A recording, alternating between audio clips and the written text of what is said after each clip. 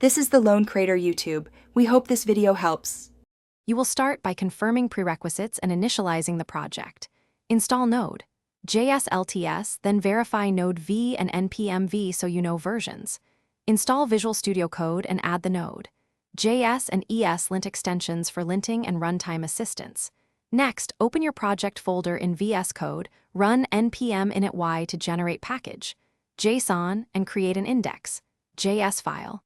Once done, make sure your terminal in VS Code uses the project folder so subsequent commands run in the right context.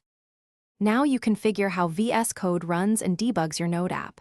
Edit package JSON to include a start script so npm start will run node index.js. This standardizes execution.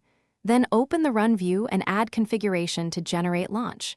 JSON with a Node.js attach /launch profile. Set program to $workspace folder /index.js. Use the integrated terminal for npm start and place breakpoints in your code so you can step through and inspect variables.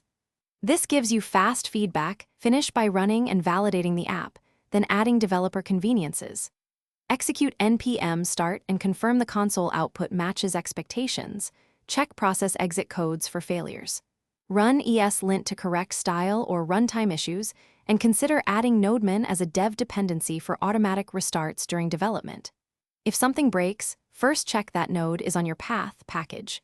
JSON scripts are correct, and launch. JSON points to the right file. One quick tip: restart the VS Code window after changing path to pick up environment updates. Thanks for watching. Consider subscribing if we helped you.